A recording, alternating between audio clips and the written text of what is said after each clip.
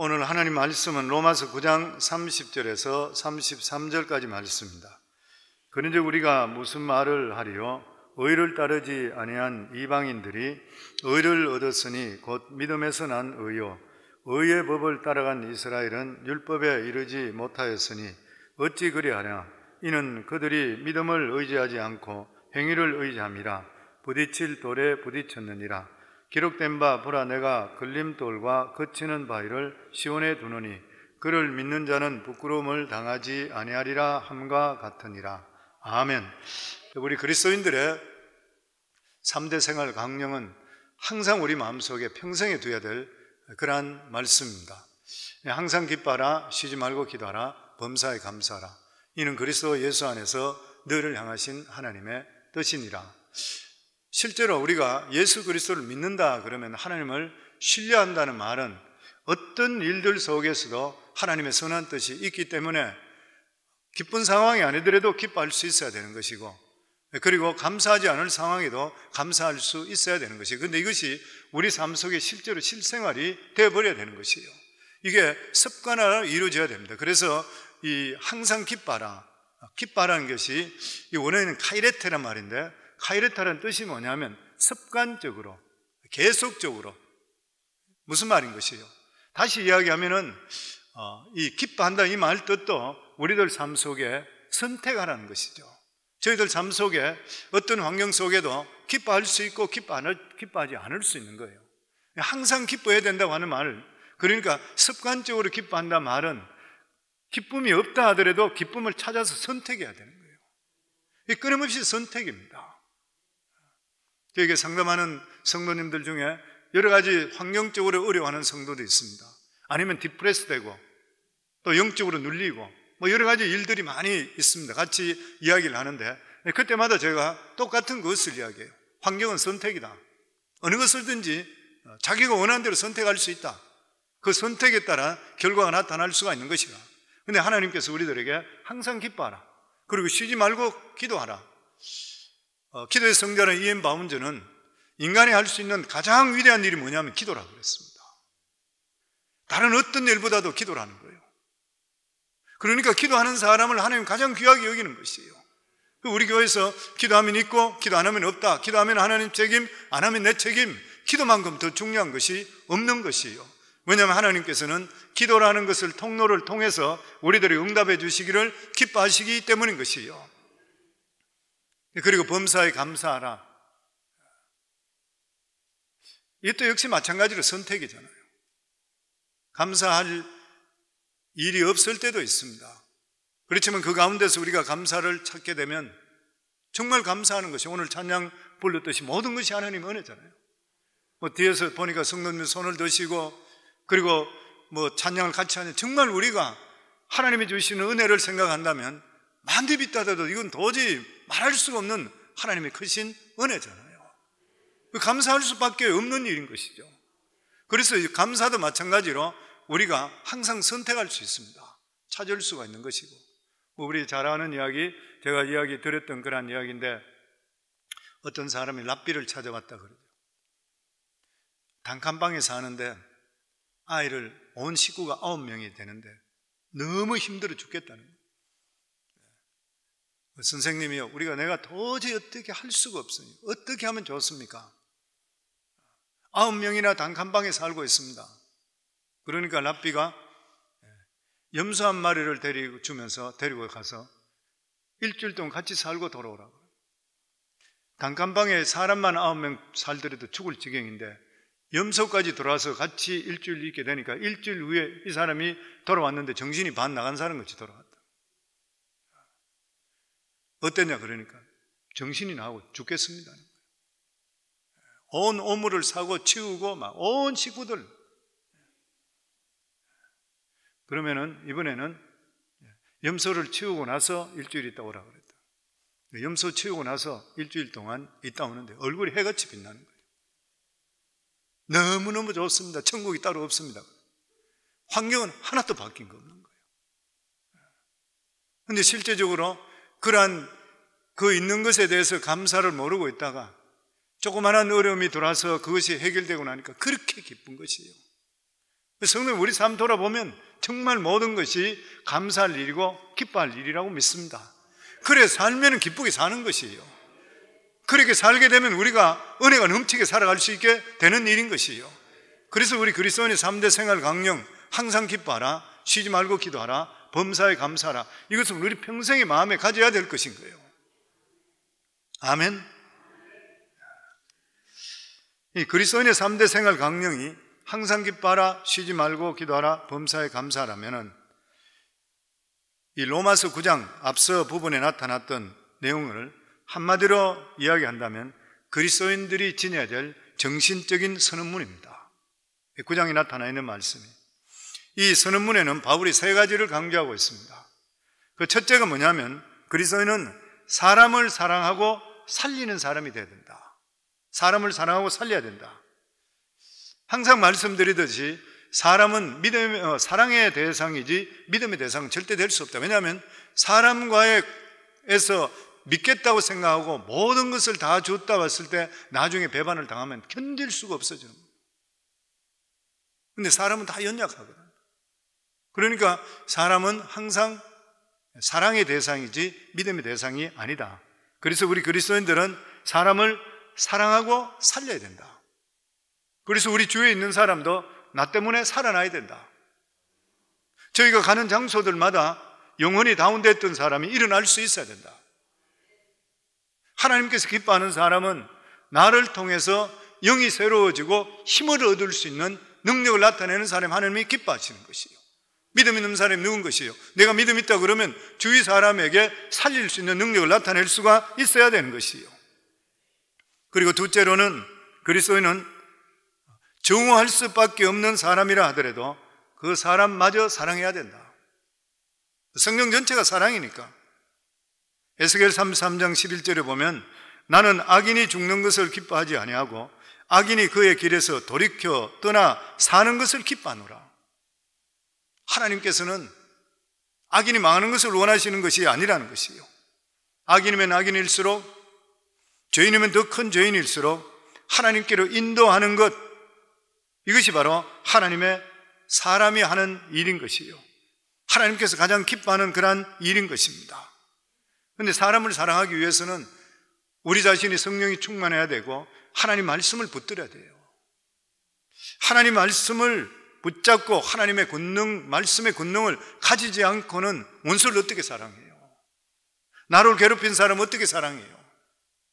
하나님께서 말씀을 주시니까 말씀대로 살려고 하기 때문에 사랑할 수 있지, 내가 내 생각적으로 절대 사랑 못해요. 그래서 말씀의 능력이 이렇게 우리 삶 속에 중요한 것이에요. 원수를 사랑하라 그랬으니까.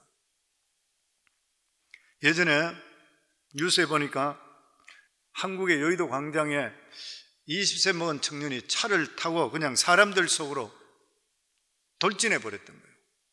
많은 사람이 사상자가 생겼습니다. 그런데 그때 죽은 애 중에 5살 먹은 아이 중에 윤신재라는 아이가 있었어요. 그 아이의 할머니는 독실한 신자고 아버지도 독실한 신자였습니다. 그래서 아이의 이름을 믿을 신 있을제, 그러니까 믿음 안에 거하라, 그런 뜻에서 신재라 이름을 지어줬던 것이에요. 그 아이의 이름을 보면은 실제로 그것이 부모의 신앙 고백이 되잖아요. 자녀들의 이름을 짓는 거 보면 부모의 신앙의 고백이 되는 것입니다. 그러니까 신재라고 이름 짓는 것은 하나님과 더불어, 이 아이와 더불어 믿음 안에 살겠습니다. 그래서 그 이름을 지어줬던 것이에요. 그런데 이 20세 청년이 잡혀 들어가 있는 그러한 재판하는 그러한 과정에 있을 때에 이 아이의 할머니와 그리고 아버지가 겨울에 추울 때 속옷을 지어서 그 죄수를 면회 갔습니다. 그리고 옷을 입혀줬던 것이에요. 그리고 담당 검사에게 탄원서를 제출했습니다. 제발 사형을 내리지 말고 살려달라는 그러한 요청이었습니다. 또 실제적으로 검사를 찾아갔습니다. 그러면서 어떻게든지 살려주세요. 그러니까 아니 어떻게 해서 손주, 그렇게 귀한 손자를 그리고 아들을 죽이는 이 사람을 오히려 살리라고 찾아왔습니까?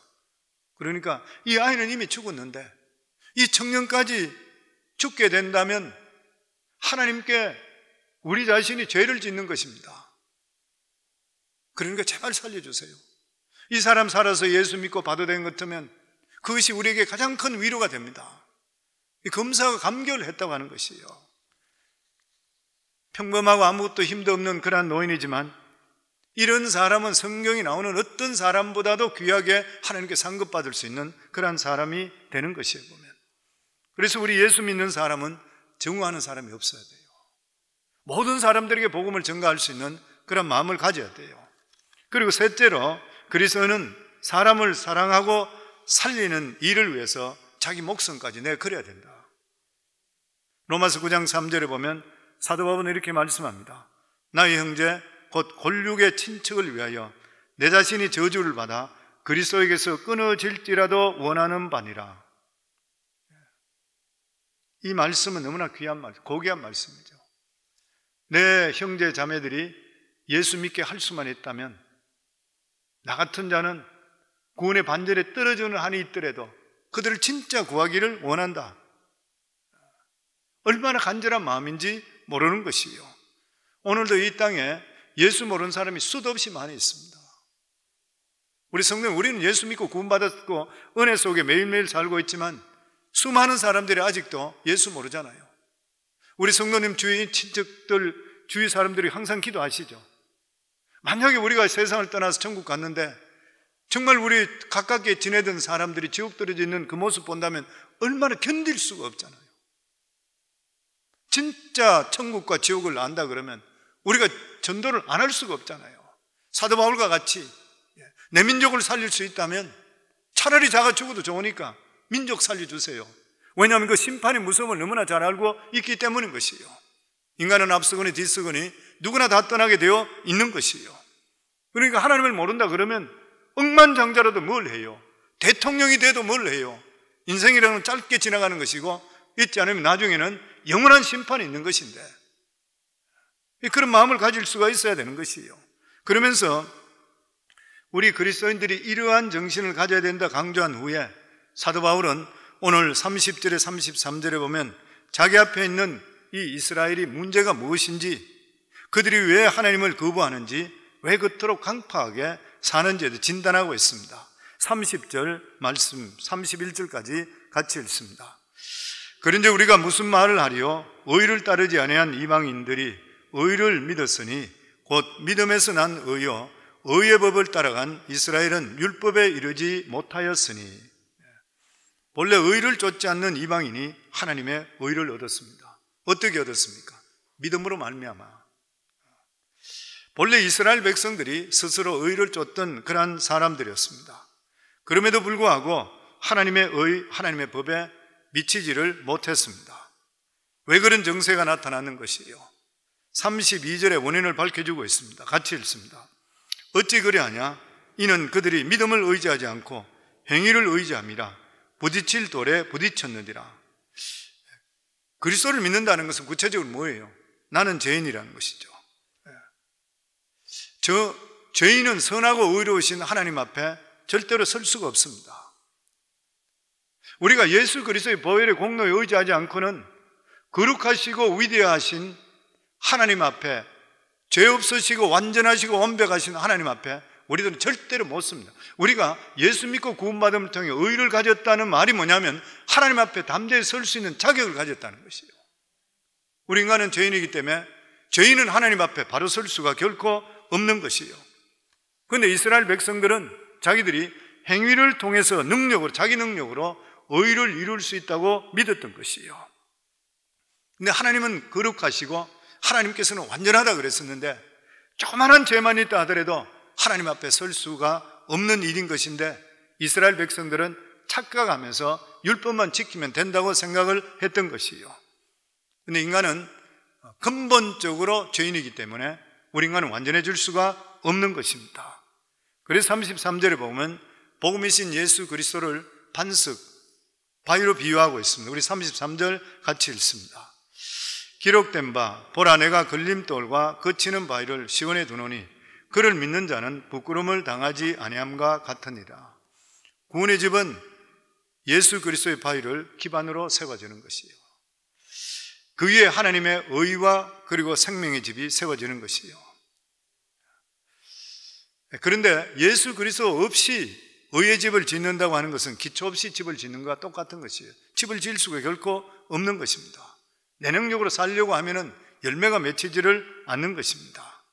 우리가 매일매일 살아갈 때에 기쁨의 삶, 승리의 삶을 살기 위해서는 예수 그리스도를 내 삶의 기초로 두어야 되는 것이에요. 그래서 우리 예수 믿는 사람은 항상 우리의 살아가는 삶의 방향과 목표가 예수 그리스도를 바라봐야 되는 것이에요. 우리는 부족하지만 예수 그리스도를 바라보면 예수님께서 우리의 부족을 채워주실 줄을 믿습니다. 복음이라는 자체가 우리 인생에 살아가는 모든 삶의 문제를 해결하신 예수 그리스도의 십자가의 승리인 것이에요. 그래서 히브리서 기자는 11장에 보면 믿음의 조상들이 쭉 나열되어 있습니다. 아벨부터 해서 노아, 그리고 에녹, 그러면서 아브라함, 모세, 그리고 초대교회 때 순교했던 믿음의 사람들 쭉 다 내열하고 나서 이들이 믿음을 지킬 수 있었던 그런 이유가 뭐냐면 예수 그리스도를 바라봤기 때문이다. 그래서 히브리서 12장 2절에 보면 믿음의 주여 또 온전하게 하시는 예수 그리스도를 바라보자. 그는 그 앞에 있는 기쁨을 위하여 십자가를 참으사 부끄러움을 게으치 아니하시더니 하나님 보좌 우편에 앉으셨느니라. 우리가 믿음으로 살았다고 하나님께 인정받으려면 성경에서 믿음의 주인 예수 그리스도를 바라봐야 된다. 우리가 예수 그리스도를 바라봐야 되는 이유가 어디에 있는 것이요? 예수님만이 우리 죄를 책임져 주셨기 때문인 것입니다. 우리 인간은 태어나면서부터 아담을 통해서 지었던 그 원죄가 우리 속에 들어와 있습니다. 뿐만 아니라 저희들은 이 세상에 살아가면서 수많은 자범죄 속에 눌려 있는 것이에요. 우리 인간은 우리 죄악을 아무리 씻으려고 해도 씻을 수가 없는 것이, 인간이 어떤 노력을 한다 하더라도 우리 자신으로는 죄사함을 받을 수가 없는 것입니다. 그런데 예수 그리스도를 바라보면 달라지는 것이에요. 성경에 요한복음 8장에 보면 현장에서 가늠하다가 잡혀왔던 여인이 있습니다. 율법대로 하면 돌로 쳐 죽이죠. 7계명을 어겼으니까. 그러니까 그 율법사들이 데려와서 예수님께 현장에 가늠한 여인인데 예수님 어떻게 하시겠습니까? 그러니까 예수님 하신 말씀이 무엇입니까?